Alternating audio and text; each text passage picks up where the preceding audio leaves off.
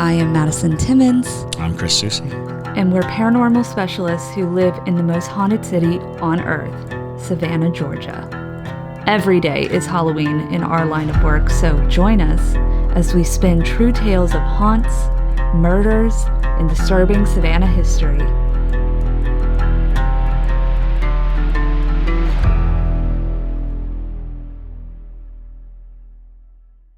I'm Madison. I'm Chris. And welcome to the most haunted city on earth. Hello, and welcome back to another episode of the most haunted city on earth. My name is Madison Timmons. I'm Chris Soucy. And we have a super awesome guest with us today. This is Chloe Graveface. Hello. Yes, she and her husband actually own a Oddities museum here in Savannah with one of the most expansive John Wayne Gacy collections, which is kind of crazy and cool. They're also located over on Factors Walk, so if you're not super familiar with Savannah, that's over down towards the river, but that is also an incredibly haunted place to be. So I'm going to let you introduce yourself, Chloe. Yeah, so my name's Chloe, and I co-own the Graveface Museum. We've been open a little less than 3 years, but we cover topics ranging from cults, true crime, serial killers, mostly through death row art and personal effects. Then we also have a whole cabinet of haunted objects as well, a room for roadside attractions from the 50s,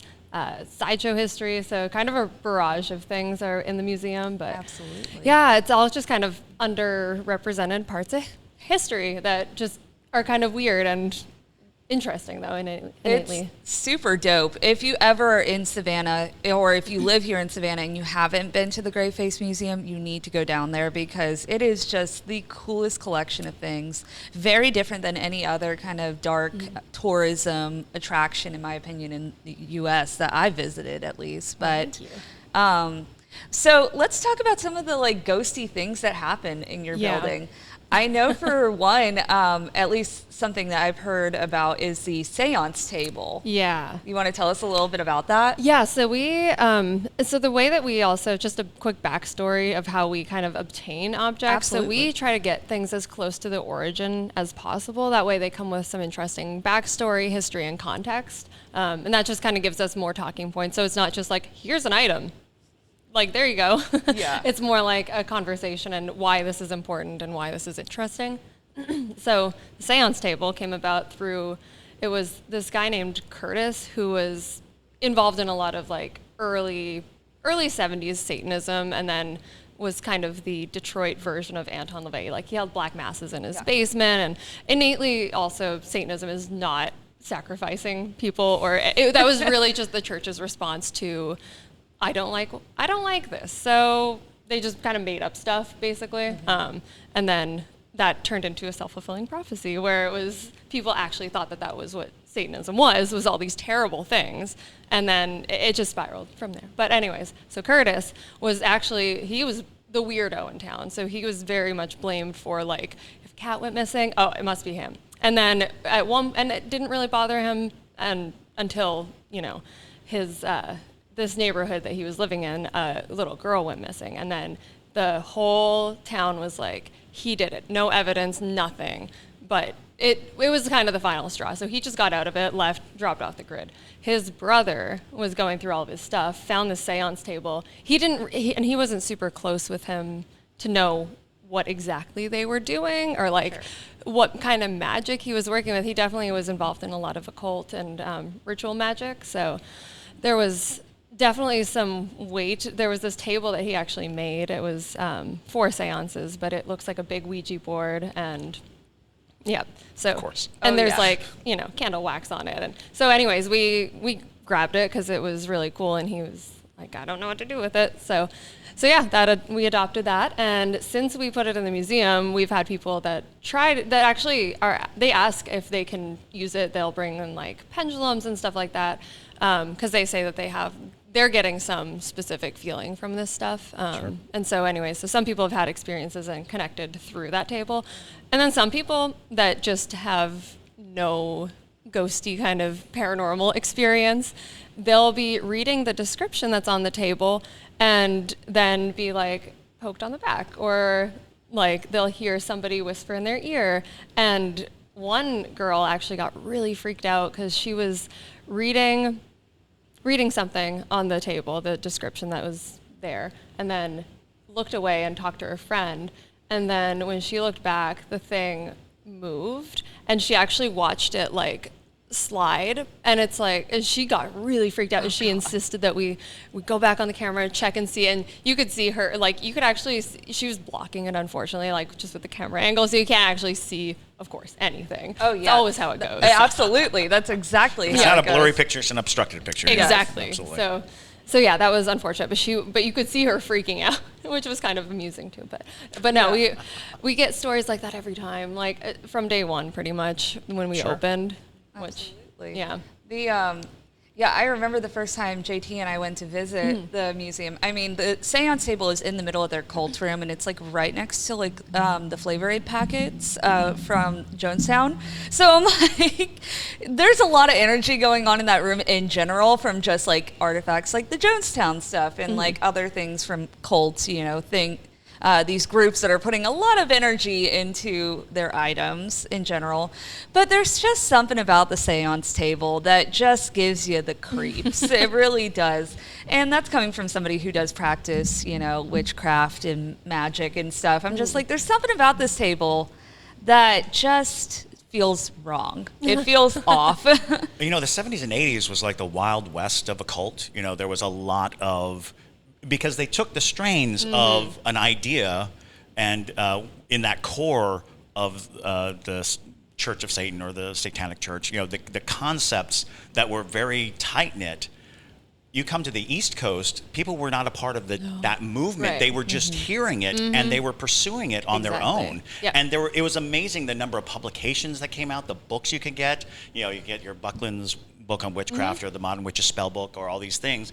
And people were constructing their own identity of faith around the ideas that were becoming pervasive. And so the Satanic Panic and this whole idea in the 80s of teenagers and young people really experimenting with things that they had no idea of what they were really doing. Definitely. Because it was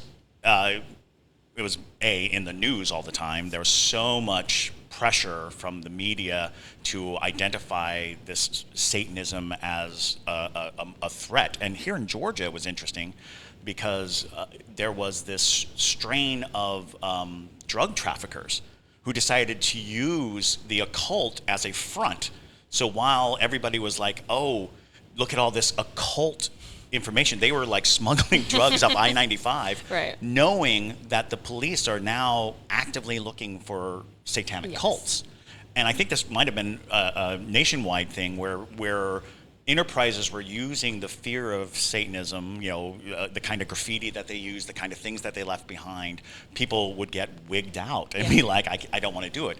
But that also led people to do dangerous rituals, to attempt, summonings and things like that in a type of ignorance that is only born in absolute fascination and corrupt business practices. Right, because take away the internet from all of this stuff. Absolutely. It's like you are hearing just mutterings of people and just interpretations and assumptions, and a lot of it is based in there's like a shred of truth, and then it's like something completely different surrounding it. So that's how, and it's like playing telephone, and yes, it it's is. for such specific dangerous telephone. Yes, exactly. But it's funny because it's like even things in Savannah have always been blamed on Satanists and things like that. Like 20-something years ago when we had the issues with the animal sacrifices in the cemeteries, they're like, it's Satanists, they're the ones doing it. But it was more than likely just some type of ritual of some sort. But it's interesting because in the late 70s, early 80s on Factor's Walk, there was a voodoo shop.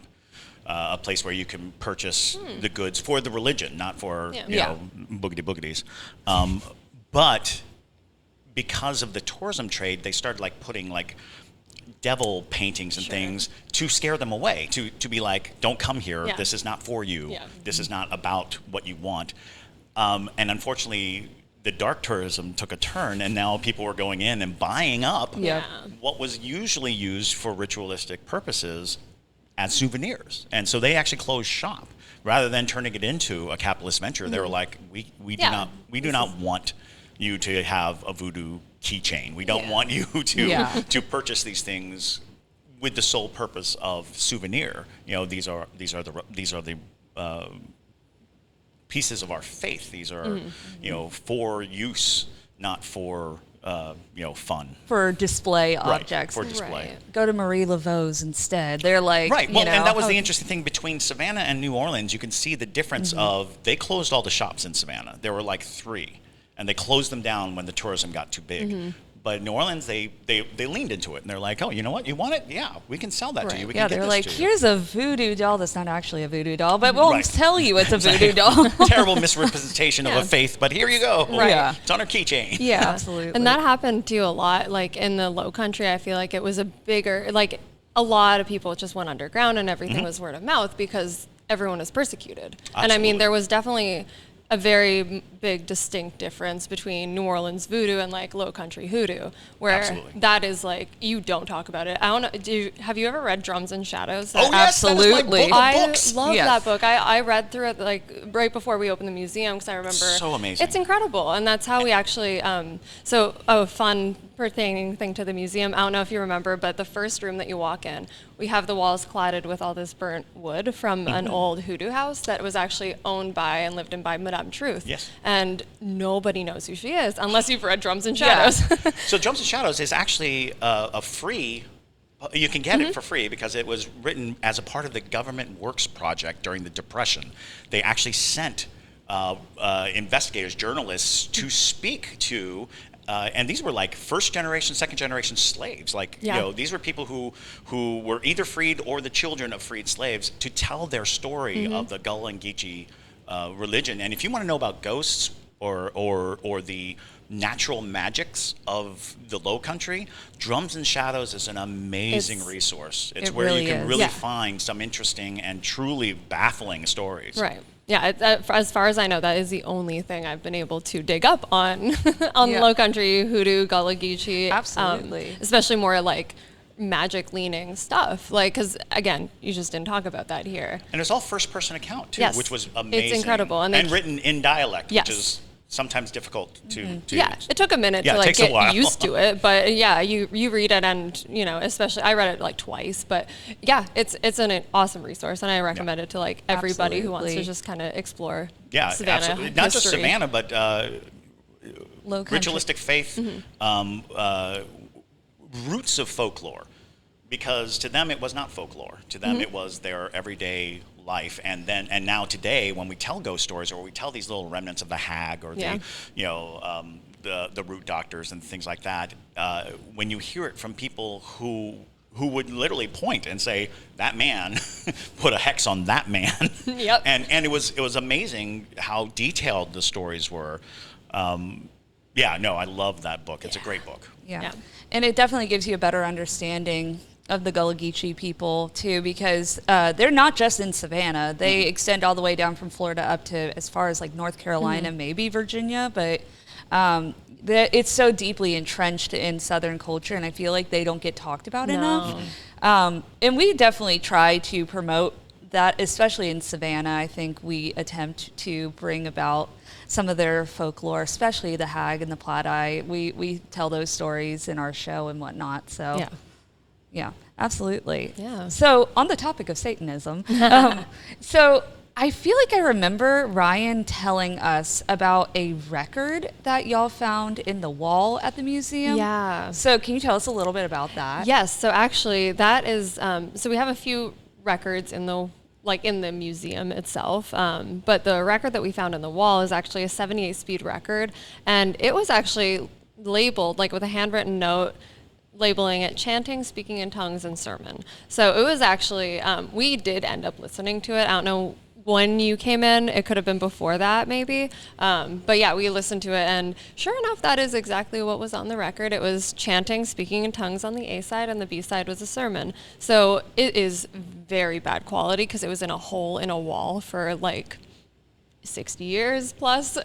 So anyways, we did gather that it was actually recorded in Louisiana at some sort of church. I can't remember. It was some kind of, I can't remember the name. It was like the Hand of Christ or something like that. Just probably a really tiny little church. But it was a home recorded record, so it was recorded by the church there, live on scene. And so that is actually, we ended up finding as well some other little things hidden in the walls when we were doing the we didn't even do that many renovations or anything. We just had to put up some walls and make sure that, everything was up to code and stuff. Sure. So anyways, we were doing some little things and ended up discovering that there was a whole closet-sized space that we were missing because there was just a wall up. It was just plywood. So turns out it was covered. But in that wall, we saw, it looked like it was bigger stuff. So it looked like an altar space was in there in Sure. some capacity. Absolutely. There were candles and wooden statues that were bigger, and then a trunk, and then there were some photos as well. So anyways, we gathered that it was probably some sort of altar. We didn't touch it. We actually had somebody come in that we know who is familiar with that to actually determine if we just wanted to see what they thought about it and if they could determine what it was or who or when or anything, just because we didn't feel comfortable with it. So just with analyzing it. Anyways, and they did, and they were like, yeah, it definitely could be ceremonial stuff, but it also, I've actually never seen it. It looked West African, but that's about the extent of it. But we gathered that there were actually people living in that space. Sure. Back, before the building was purchased in the 70s, and then the rise of tourism just started. And so somebody probably had to leave very quickly and just left all the big stuff and just walled it in, maybe hoping to come back, maybe didn't, don't know. But there are 0 records on that property from, there's a total dead space of time. There was, it was used as warehousing in the 1800s, early 1900s, and then nothing. Oh, yeah. And then it was purchased in the 70s. That's a lot of Savannahs. Yeah, absolutely. And huge It's swaths of missing time. Yeah, it really is. Yeah. And so anyway, so that was a little frustrating because we were like, oh, we just want to know who was in here or what was happening. Because, if there was a hoodoo shop or a voodoo shop down on Factors Walk, Well, what's I wonder interesting where. is, so that, the hoodoo shop was closer to the Abercorn ramp. Okay. And I remember being a small child and visiting, walking by there.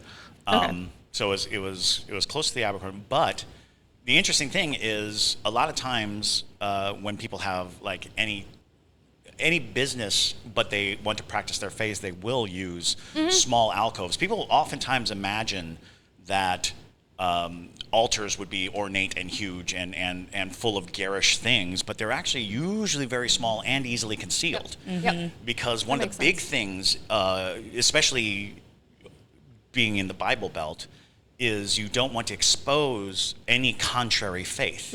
So you had a lot of these little altars, things, and they were oftentimes in closets or something that you even shiffer robes, inside, small things that you can close in case somebody walked in. So I'm very fascinated by that concept. That makes a lot of sense actually, because I didn't even put that 2 and 2 together, but of course, that makes a lot of sense. And even so, a lot of people actually feel that if somebody sees your altar, then they could tamper with your magic, have an easier time breaking down your wards, easier time hexing you and things like that. So that's another reason why it's become so popular. Even conceptually could be slaves. Yes. Slave-oriented in that realm. It may not go back that far, but that tradition of hiding your altar, hiding your faith.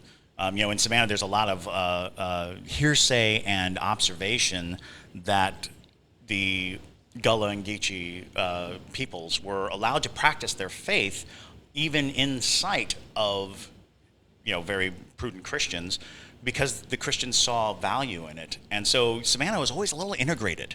The white slave owner recognized the potency of the faith that the slaves were practicing, and by association, if you follow these stories, it even comes up to Midnight in the Garden of Good and Evil, where you have this very wealthy white man who uses a hoodoo practitioner as his main advisor. Yeah. And Minerva, and that book itself actually drove a lot of the practitioners of Savannah into hiding. Because when that book came out, everyone showed up in Savannah going, I want me a voodoo priest. I want, where am I going to find, a person to weave these spells? And they did not like that. Not at all. No. There used to be a park bench, like tucked away right by the playground, where the Colonial Park Cemetery was, right there, like nowhere where you can see, because it was literally like tucked behind a fence. Okay.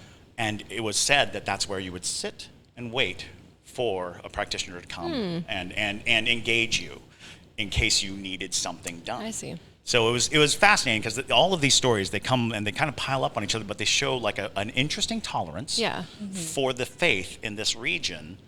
And it's like, you'd think that they would have been stomped out. You'd think there would have been more friction, but there really wasn't. Up until the 90s, I think it was pretty just accepted. Yeah. Well, that is them. Right. Even in the early 90s, I was able to go to a ritual in the basement of a church.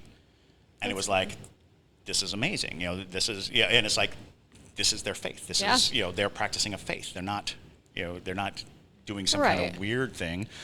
It's just the same as going to a church and getting on your knees and praying to a man in the sky. It's the same notion. And I think a lot of parallels to, even not just in Savannah, but any enslaved folks that were forced over here. It was, some places did definitely, and some people did force their religion. Like, absolutely. You have to practice this. And so instead of, completely abandoning their faith, it was how do we, like, I see parallels between this saint, this god, and this one over here that I practice. So it would be literally just, overtly on paper looks like worshiping this god, but really like they're keeping their faith. Well, that's the story of Santeria. Yes, exactly. It's so fascinating because it's about adaptation. It's about, you have these powerful beings that you recognize. Yeah. We have these powerful beings that we recognize. Maybe they're the same. Maybe there's a crossover. Maybe there's an overlay, because we're saying the same ideally, thing. If it's all about greater powers, and I recognize a greater power, you recognize a greater power, they have something in common. So let us, meld those ideas. Yeah, absolutely. No, it's fascinating for sure. So onto the paranormal side of things. I would ask, what is the most frightening thing that has happened in the museum? I'm sure plenty of things have happened, but. Well, actually, there's a few things. And so to take it back before we even opened, we were discussing everything about what the ethos and what the mission is in the museum. Because it really is just to highlight these weirder sides of history that just kind of don't get talked about, because we're actually digging up some really interesting stuff, and kind of opening a dialogue. And we were like, we're not going to talk about ghosts. That's just not our thing. We'll leave that to the ghost tours. We'll leave that to the, ghost hunts and Moon River Brewing and, all those places. Sure. So that was just not our intention. And then the day that we opened, we had, people come in, and people we knew, people we didn't know. And then everybody was like, yeah, I heard my name being called when I was playing pinball, and I don't know what that was all about. And it was like, I felt somebody standing behind me, and nobody was there. I thought it was my friend, but it wasn't. And so instantly we were like, all right, so that's just how it's gonna go. It's an old building in Savannah. Absolutely. Weren't shocked. But anyways, so a few experiences that stand out to me for sure. I give whoever is in the front of house kind of gives a little tour, a mini guide in the first room, and then it's self-guided, and you can kind of walk around at your own pace. And that's where we talk about Madame Truth, the holes in the wall, and also differentiate the real taxidermy, like two-headed animals, and then the gaffs, because there's just a distinction. But some people go in, they're like, everything's real, or everything is not born that way. But anyway, so just kind of give a little rundown. So I was doing that for a group of probably 6 people, and I was talking about the altar space, actually, and that's in the very corner of the back of the room. And these people were probably standing 4 to 6 feet away from me, and I was just talking to them and glancing around at everybody, and I noticed a swirling ball of smoke above somebody's head, about 6 inches off of his head, and I was like, what the hell is that? So anyways, I just kept staring above this random man's head, and I was like, I probably look really weird, and I was just on autopilot, because I memorized to a degree, and it's, there's more or less a script. So I just went autopilot mode and I was like, what is that? What is that? What is that? And then I looked away briefly and then I looked back and it was gone. And again, these people were in front of me. Nobody was like lighting up a cigarette or vaping or anything. And I didn't smell anything either. So I was like, I don't know what that is. So anyways, I concluded that tour and then ran over to the next room, and the next room, just trying to like locate what it might have been. Cause I was like, is there smoke in here? Like, I don't know. I just was curious and trying to figure out what it was. Cause I definitely saw something and for several seconds and nothing. And then I approached the people that I saw that over and I was like, does that ever happen? And the girl was like, actually, I'm really sensitive and sometimes things follow me. So I wouldn't be totally surprised. And I was like, okay, interesting. And I told her that there's a camera like right beside where they were standing. So we have an app. I was going to pull up the footage and I was trying to, and it kept saying network error. Every time I would go to that time, like I pinpointed about the time and it would just say network error, which isn't super uncommon. It's not like, some apps need some time to reset. So anyways, I kept going back throughout that day and I was like, you know what, I'll just, because it still wasn't working. I got her email. I was like, when I find it, I'll email it to you. I went back for a solid week or so trying, and I could pull up other cameras at the exact same time, just not that one. I was like, oh, of course. So anyways, that was really weird, but a standout kind of thing. I mean, that sort of thing where technology goes awry with spirits happens all the time. It's just kind of an odd thing that happens. I've had guests on tours and stuff catch photos, and then the next day their screen is like completely green or black whenever they pull up the photo, and they're like, "What did you do to my phone?" I'm like, "I did nothing to your phone." Right? It is for some reason, sometimes spirits just either don't want to be captured. Or they unintentionally interfere. Absolutely. Or they just suck the energy out of it. There's a lot of people who believe that even like orbs are the moment that an entity is drawing power, it's drawing energy. And so if you're seeing something, it's very likely that it's drawing energy from somewhere. And most people will note that it's the ambient temperature. If it's hot out, it's drawing heat right out of the air. And so then you get cold spots. You're like, ooh, it's chilly right there. But if you have an electric device, a lot of people believe that the spirit will just pull the juice right out of the electrical device, and show itself and present itself. Yeah. It's interesting, though. Yeah. So I can imagine, though, like with so many haunted objects, because even if it's not necessarily like this one's possessed or something, there's plenty of objects that have a lot of residual energy from it. I can imagine like how draining it must be to be in a building that has all of that going on all at once. Is there like one particular object you would say would be the most haunted out of the museum? It's hard to say because we do, surprisingly enough, the upstairs, the cult and serial, because I don't know when you were in last. I don't know if the cult room was on the bottom floor, but we switched things around. And everything upstairs, it's all like the heaviest topics, and we get the least amount of people saying that they feel stuff up there specifically, which is interesting because we do have some heavy topics. But anyways, downstairs though, that in the pinball room, which is in the beginning of it, we do have a whole cabinet full of stuff that there's something attached to it that won't leave. They're not bothering anything or not bothering anyone right now. We've had things that happened in the past, like when this item is around, everybody hears their name being called or something, or like whispered, or scary. I did, because I'm interested in all this stuff, and I would say slightly skeptical. Like there's something, and I do want to know exactly what it is, or try to exhaust every possible thing. And I also know that I innately can protect myself, and if I mess with something, I'll be okay because I know how to kind of deal with it.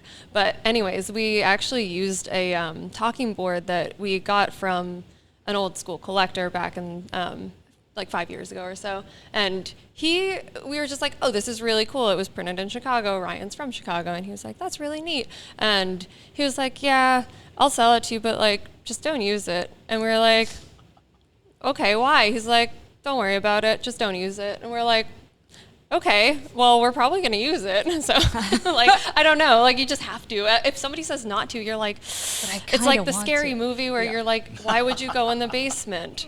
There's something in there, but it's dark, and you want to see what's in there, and then you die. But anyways, so we ended up doing a seance kind of just in the record store. It was kind of just like an impromptu day right before Halloween one year, and we were like, we just want to do something in the store and space and, you know, bring in some friends and whatnot. And we were thinking, is this going to be really boring? What if nothing happens? So we were like joking, like, should we like put a fishing line on a book or so, like, like Ghost Adventure style or something? But we ended up not doing that or anything. But as soon as we take out the board, start setting up and getting everything together, and it was only like 15 people that were there plus me, the power started acting all weird, so we turned off the games that were in the back, and then the whole power went out in the building, and we were like, that's really weird. We went to the breaker, it was fine, and so we're like, scheduled outage maybe, or like some issue, but like all of the power is underground, so like even weather,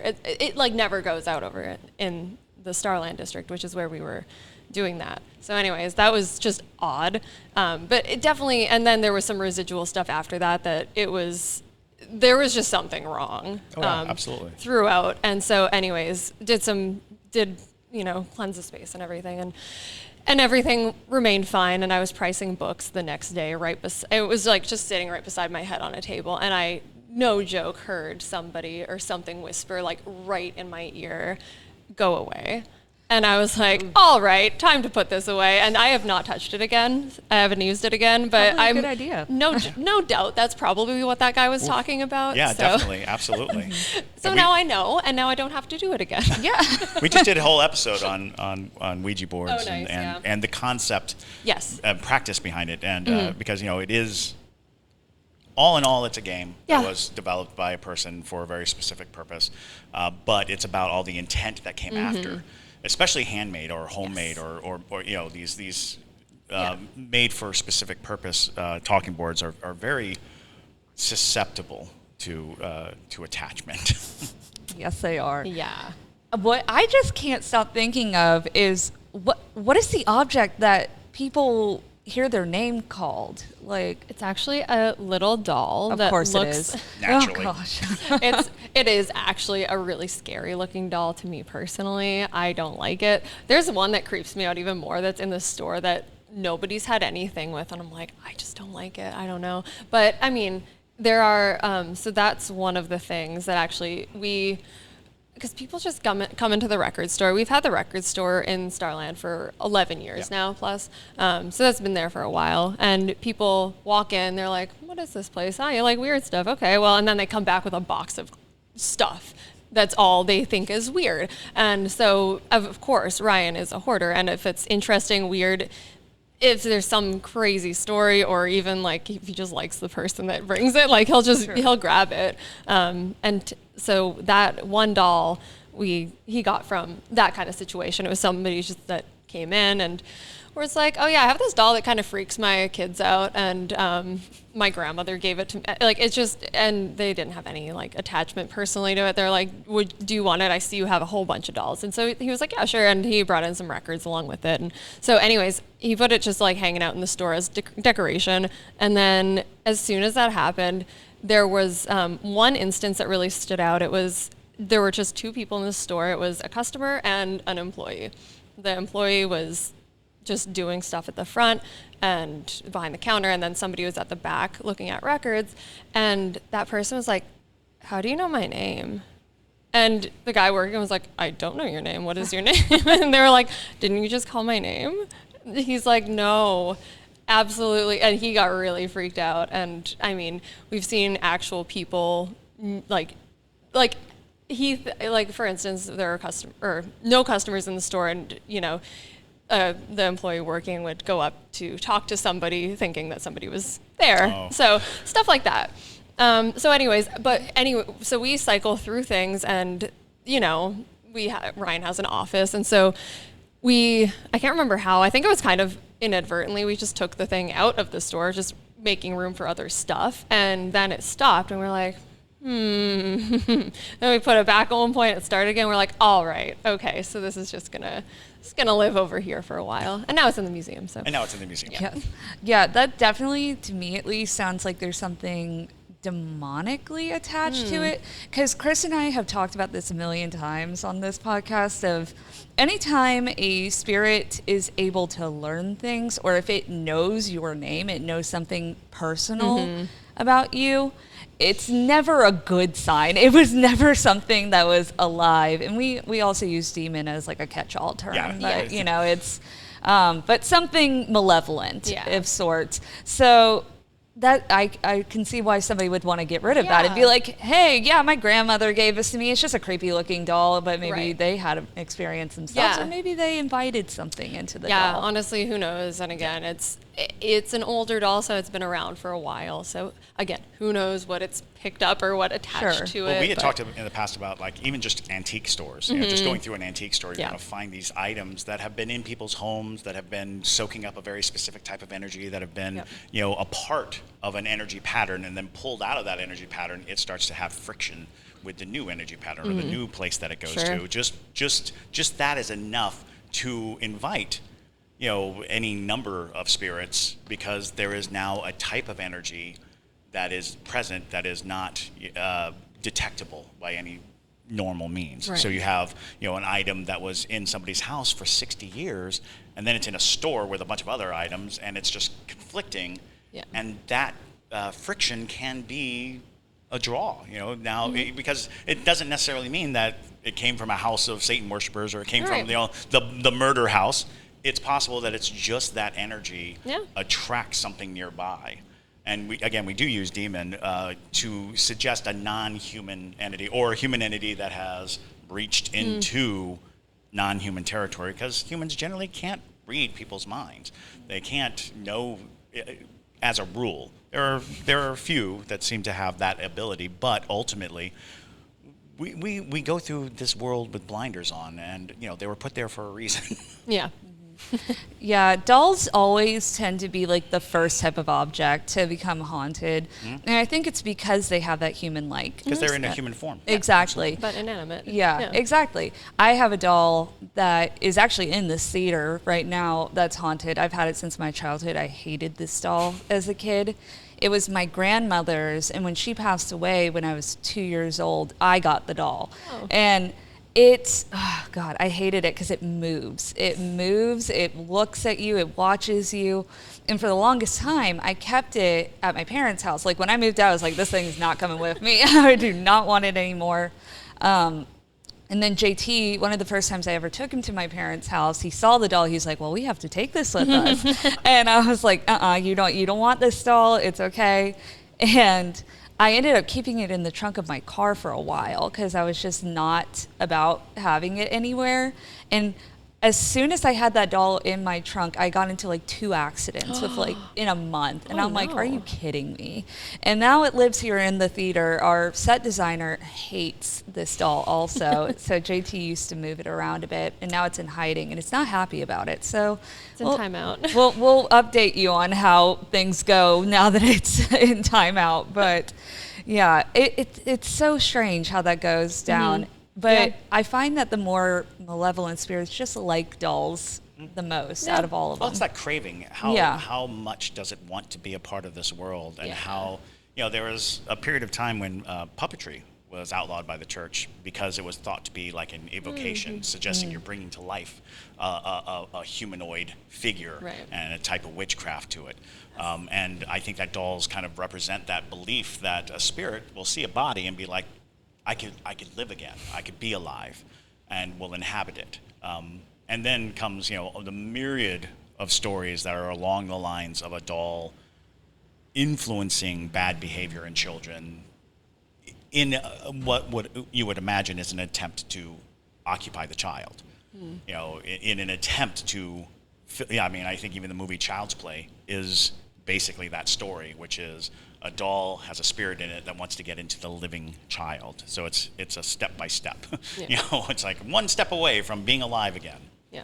I could also see some of the stuff in the serial killer displays being haunted, because a lot of them are very personal objects. Like, I know you have Eileen Wuornos's underwear. Yes. And which I'm a big fan of Eileen Wuornos, not for what she did, but like I find her story just fascinating.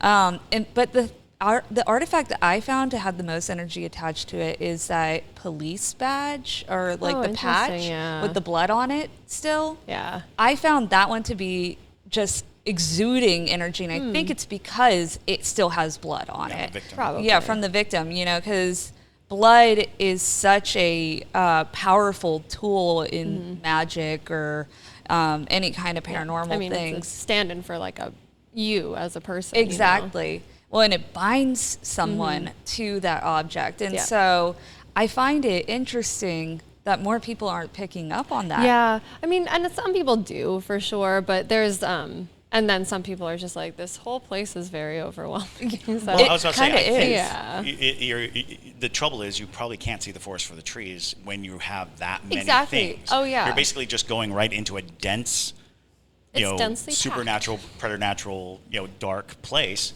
And it's like people don't have experiences there because guess what? Even ghosts are like, oh no, thanks. I don't want to be in a room with serial killer stuff. I don't want to be with Pogo the clown. Right, I'm not looking at Pogo. Yeah. And it's such an interesting thing because people will naturally assume that the dark thing is going to be super haunted, and it's like, well, dark things exude darkness, and not every spirit is down with that. Not every spirit wants to participate with the darkness. So and it's given that it's such a variety, such a intersection of different dark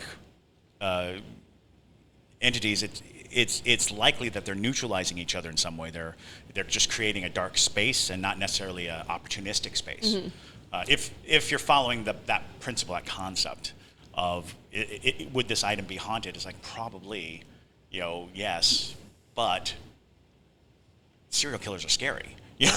And even after death, a spirit might not want to encounter that kind of darkness. Yeah, absolutely. And I wonder too, because we do mostly explore true crime through artwork and personal effects, just because it makes it gets people taught. Our whole thing is not to be like shocking. It's not. That's literally the antithesis. It's more so to like, show. Okay, these were people.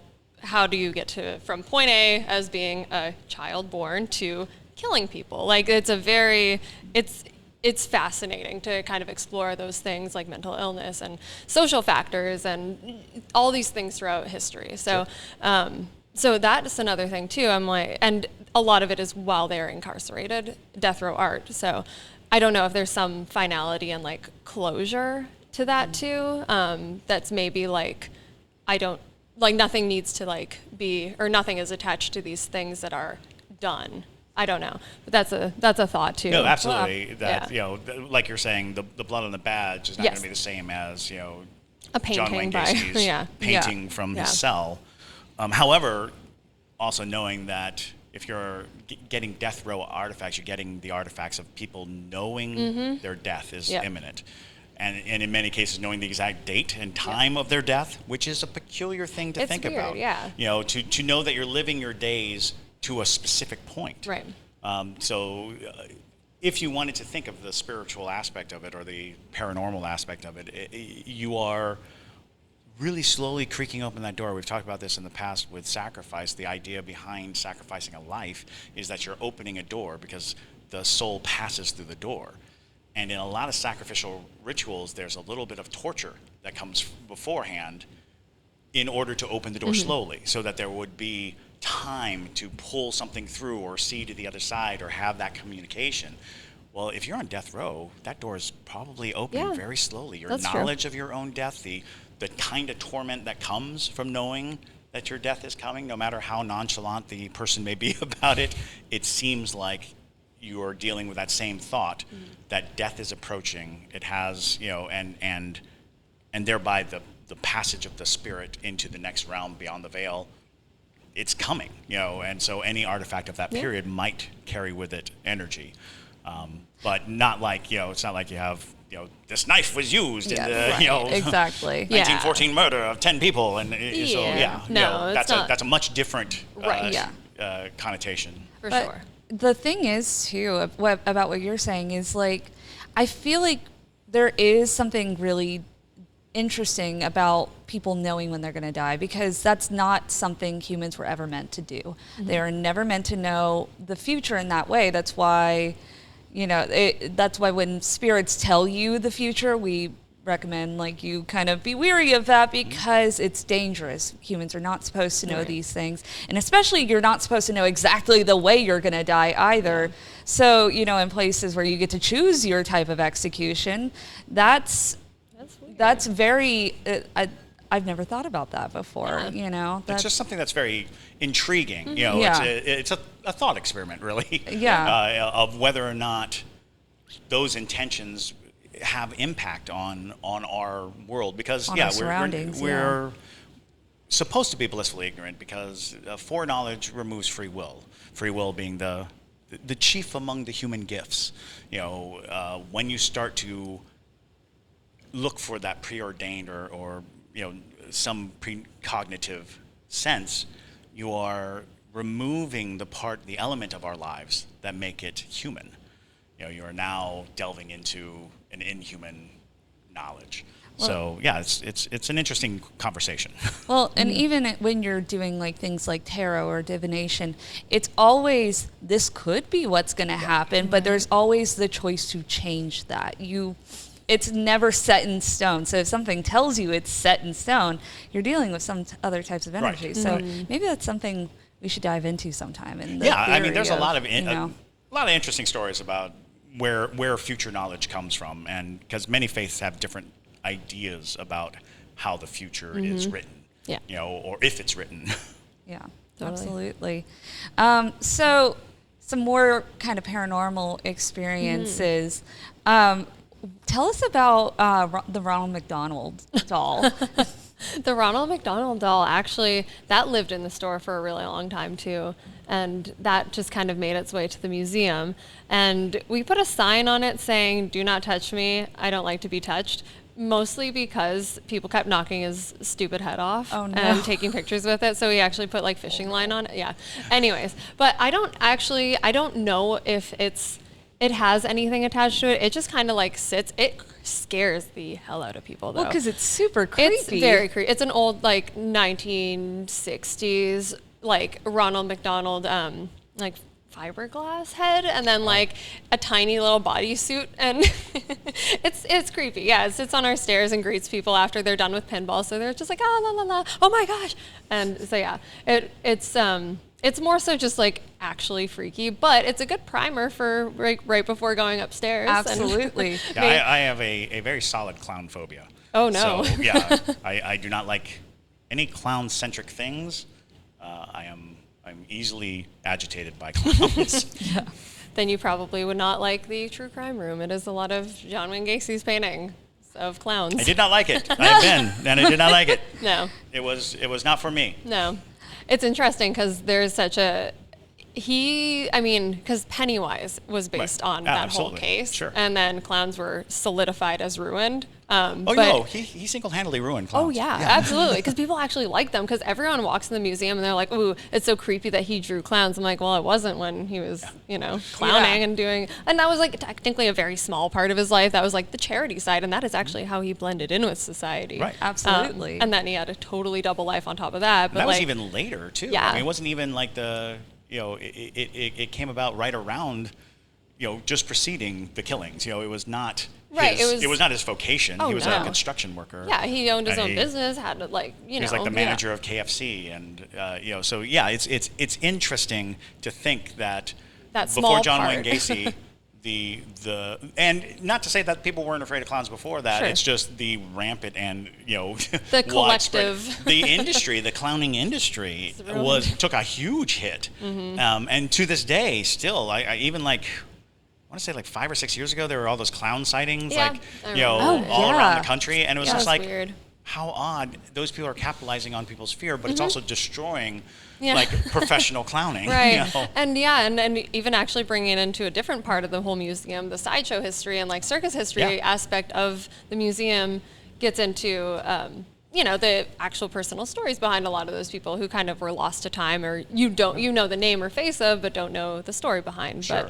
But no, a lot of clowns that actually performed in circuses were ex-cons, and people also that were like evading recapture if they escaped Painting from your face. something. Mm-hmm. Right. I mean, it's a permanent disguise, and that's where, and a lot of people that were just able to kind of go under the radar that way. So there's an innately kind of that aspect, and not all clowns obviously are ex-cons. Sure. It's just it was something that was just easy because you would be in constant makeup. Absolutely. And it was an easy job, Well, and you travel around. Even one of the most common clown characters, I think Emmett Kelly kind of made it such a predominant one, is the hobo, the The sad bindle clown. on the sad clown who is just an outcast of society. You know, his clothes are all ripped and rumpled, and and a very widely beloved. But when you think about it, it's I can't fit in. I am isolated because the bright and garish Bozo the Clown kind of entertainer was in stark contrast to the sad clown. Yeah. I think what makes John Wayne Gacy the creepiest as a clown is knowing what he did to children, like young men.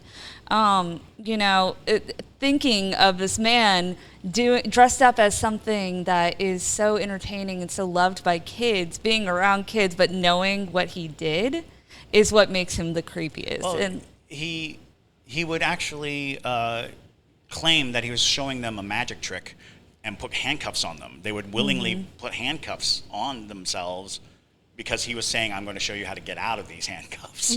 which is just... And it's just like, Yeah. Because he even called them tricks, didn't he? What he did, he announced as There tricks. was a rope trick. The rope trick and the handcuff trick. Yeah. I'm going to show you the handcuff trick. I'm going to show you the rope trick. And the rope trick, of course, was strangulation, was, the end. Yeah, it was a tourniquet the last that trick. Yeah. But, yeah. On to another topic. Chloe actually does taxidermy also.